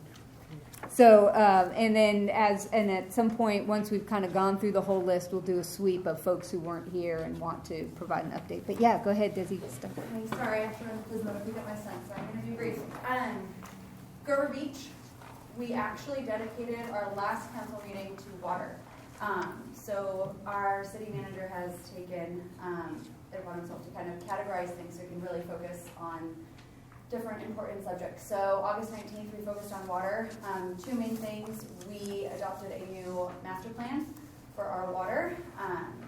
And moving forward, they identified about $11.8 million worth of capital improvement projects for our water infrastructure and future growth, and kind of taking all that into consideration, with $8 million being needed for existing demands. So initially, obviously, we have some funding to find. We have a little bit of money from CDBG, and we're looking to fund additional monies through what they call a placement revenue bond. So we're looking at some funding opportunities for that. Our first phase of that project, what we're actually already in the works of doing, is upgrading a lot of our 2-inch and 4-inch mains. So the next kind of work that we'll be doing is around River Beach Elementary. We're kind of doing this there's kind of a necessary speed up in a way, because we're redoing a lot of our roads, and many of you might know, and in an effort not to dig up roads multiple times, we're trying to address our water infrastructure issues while we also redo our roads. So trying to do them in tandem as much as possible, given funding issues as well, though. The second thing that we have already been involved with, and I won't go too much into it because I don't know if we'll have a presentation of something, or maybe we did prior to me actually coming on the council, but we are one of the participants in Central Coast Blue Project. So we received a presentation on that. Still in preliminary engineering, with construction perceived to be 2022. We are participating in that. As far as the treatment center, all of that is obviously still in the works. Some locations are actually scouted for Grover Beach, but that will be in a while till we kind of determine what that looks like for us. At this point, we are more so participating with funding for engineering and design and all the things that come with it. So, yeah. Awesome, great. Any questions on Grover? Thank you so much. Thank you. Thanks. Glad we just fit you in.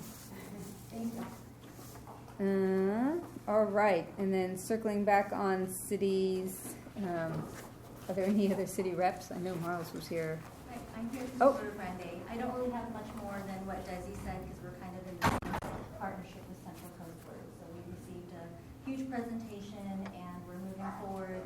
We've allocated some funding for more engineering and design, and kind of in a holding pattern right now.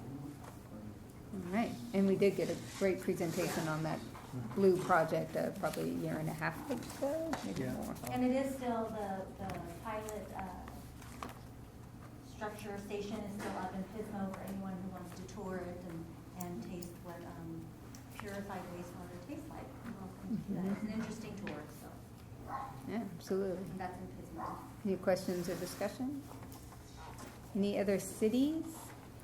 So actually, another one of my goals is to go beat on my colleagues throughout the county to come on over to WRAC. And I'll just briefly talk about the City of San Luis Obispo. We did award our contract for the Water Resource Recovery Facility. It's the biggest project, that capital improvement project that we've had at the city. It's over $100 million. And so that was a successful bid, which in and of itself is pretty exciting to be able to get an award. And we weren't able to, we had some ad alternates that we weren't able to incorporate, so like the education center components, but all of the critical operations are in the project, and we're going to be generating a whole bunch of recycled water and determining, working with our larger community, kind of internally but also externally, about what's the highest and best use of that water. Especially when you partner that with our Sigma GSA work. So really excited about that. We're also working on resilience, just thinking about PG&E and the public safety power shut-offs, and what does that mean if the power goes out at our water treatment plant, at the water supply facilities.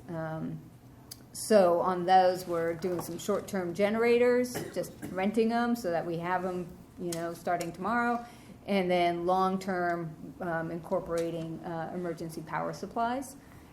So I feel like that's really important. And then the third piece is just some energy efficiency programs that we're doing in terms of retrofits, renewable energy, generating water off of the pipeline from Nacimiento to be able to generate electricity and cover some costs there. I'm kind of leaning back to my staff member if there's anything significant that I forgot. He's okay with what I've covered. So, And yeah, Tim. is the recycled water approach going to be blending into the domestic water? Is that the end goal? I think we're still. Do you want to? I mean, my understanding is the state. I think the state has kind of held that up as far as not. Yeah, we're not putting it directly into potable right now. The idea would be is still a recycled use. Either it could be groundwater injection, it could be going to landscape irrigation. You're not using your recycled water now, are you? For irrigation. I mean, but you don't have subscribers for the whole account, right? Well, I think we get like 200 acre feet a year, I think. Yeah, around there. And it's mostly used at parks for irrigation. Parks and creeks. Or how much of that is not being used? We do have a discharge requirement to go into the creek. Yeah, I know that, but of the we know all those pieces. That's the what I'm talking about. 200 is what's being used, putting back into a recycled water distribution system. So, and we're not generating that. I mean, we don't have the capacity to generate that much right now. So between the discharge and the irrigation for the parks, I think we're generally using what we can generate. Yeah.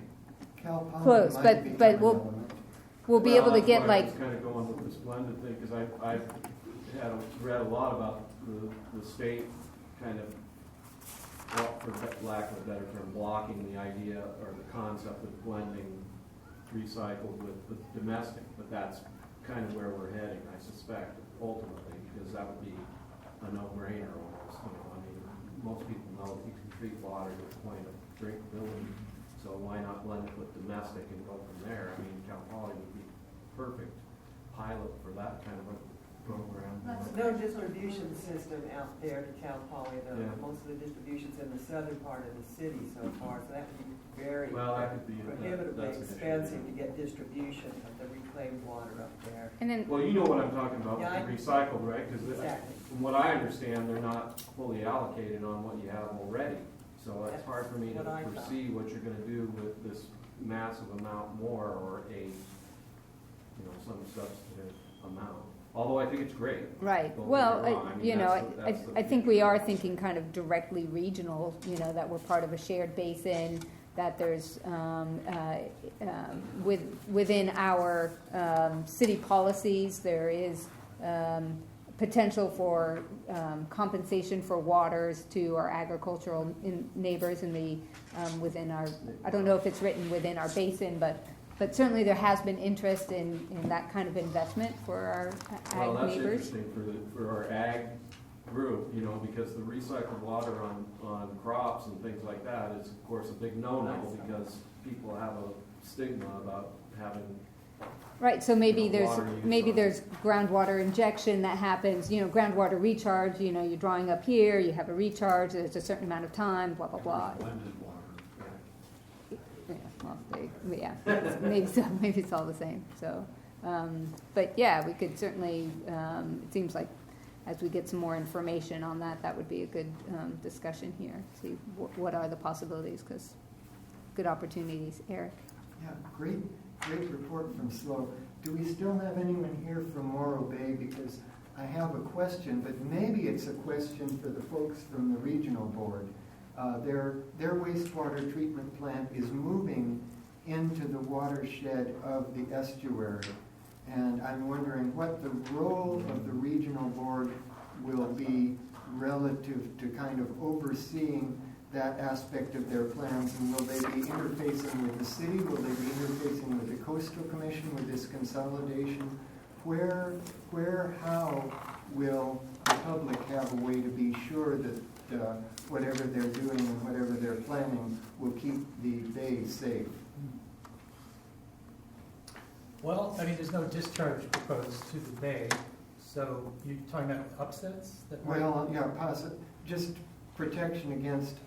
We have already a situation where much farther from the bay is CMC, and they have had multiple incidents that have affected all the way down to the bay. But they discharge right into Choro. They discharge right into the creek. It's a completely separate thing. This is across the street, the highway it's up on the hill, and it's certainly out of the floodplain that climate change is going to be inundating in a very short time. So it's a good thing, in my opinion, and it doesn't have the discharge into any direct water. Who's going to be, is anyone from the regional board going to be overseeing their plans to make sure that they're safe?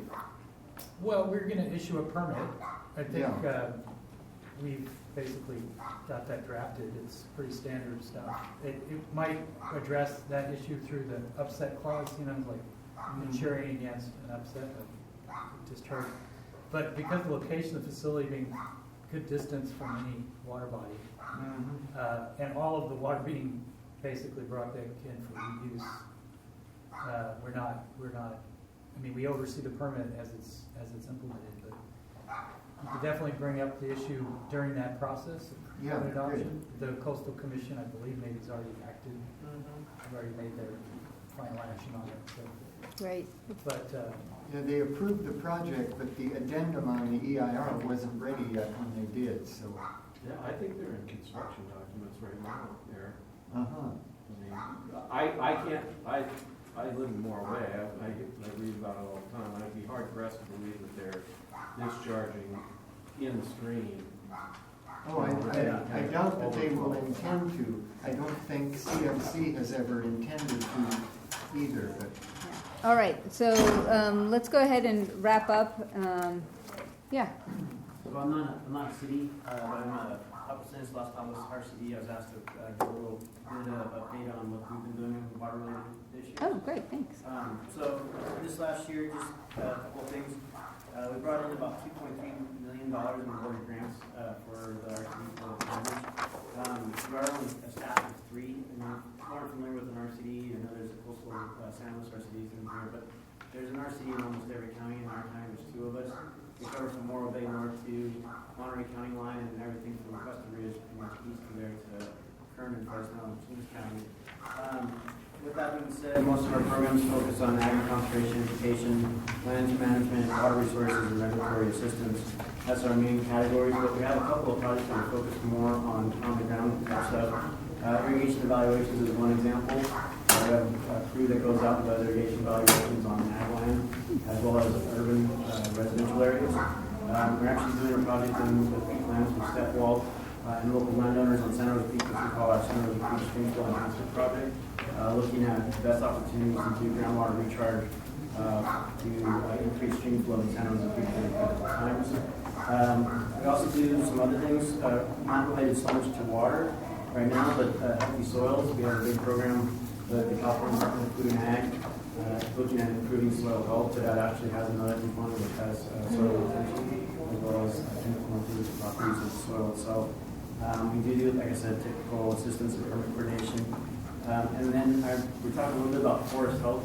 We're one of the recipients, along with 3 other RCDs north of us, which is Monterey, Santa Cruz, and San Mateo, who have a coastal conservancy, I guess, grant, if you will, barely positive that, for doing forest health and fire prevention. So we'll be looking at the forest health conditions, developing forest and fire health and fire prevention plans for us in demonstration projects. So some of the points you brought up about fuel reduction and how to make those, in relation to necessary needs, rather than full clear cutting or thinning. So we'll be taking the lead on that one, respective district. Other than that, I guess the main thing to say is we've been in operation for 68 years, so if you haven't heard us, I don't know why. We don't really speak too loudly and too broadly about and boast too much about the stuff we're doing. So I'm glad to be able to have this opportunity today. And then the only other thing is, like I said, there's 3 of us. We have a total of 36 contracts we're managing right now. $2.3 million, like I said before. So we're small but mighty. So if you haven't worked with us or haven't met with us, come and do so. And a couple of my board members right now, George and Tom. Well, thank you so much. Okay. All right. Let's see. Future agenda items. I think we won't talk about that. Needless to say, we have the next meeting or 2 already scheduled out based on prior feedback. And then the one thing that I want to add is just that we have a few vacant spots for representatives. Agriculture at large. We have openings. And it looks like environmental at large, we're missing some alternates. So if you can be keeping those in mind, and maybe we can try to address that. Yeah, Sue retired. I was her alternate now on her. Right, so we. She was environment. She was environment at large. Yeah, so Kurt Bollinger is our only ag at large right now for the 4 openings. So anyway, just keep that in mind. And then any public comment for items not on the agenda? Jean-Pierre. Yeah, a couple, Madam Chair. The first one, I'll wear my hat as a stakeholder of the San Luis Obispo in the Valley. About 3 weeks ago, our Board of Supervisors voted to approve funding for cloud seeding of the Lopez Reservoir through cloud seeding in its watershed. In reviewing the EIR, your organization was not solicited for input, nor was the Groundwater Sustainability Agency adjacent the Etna Valley, which watershed is 100% codependent on precipitation. So perhaps there was a administrative little misstep here, possibly, but I would suggest that your organization should be engaged in reviewing these projects, since the projections from the climatology study was exclusively based on the success story of Santa Barbara County in cloud seeding and how it would be applicable to Lopez Reservoir. It did not include at all what the impact of the storms would have in adjacent watershed, including here the high priority basin right adjacent to it. And ironically, some of the rockets used for cloud seeding, some of them are going to be placed in Vienna Valley in the higher elevation. So I suggest that WRAC in the future should always be included in these type of projects for review. Now I will wear my water board hat, and on October the 3rd, which is a Thursday, we will host at our headquarters on Aero Vista next to the airport a full-day workshop on the crossroad between water quality and people experiencing homelessness. So we've been inviting all elected officials within our Central Coast region, including cities and counties and NGOs. We'll have some great speakers such as the mayor of San Diego, who is very passionate about this issue as it relates to the impact of water quality. So I would encourage you to attend. And if you go on our State Water or Regional Board website, you can actually click on the agenda detail and save the date. Thank you. Great, thank you. I'm sorry, what was the date again? It's going to be October the 3rd, Thank you. which is a Thursday from 10 to 4 p.m. Thank you. Great. Now, what's up with that, Ray? Not bringing the cloud seeding over.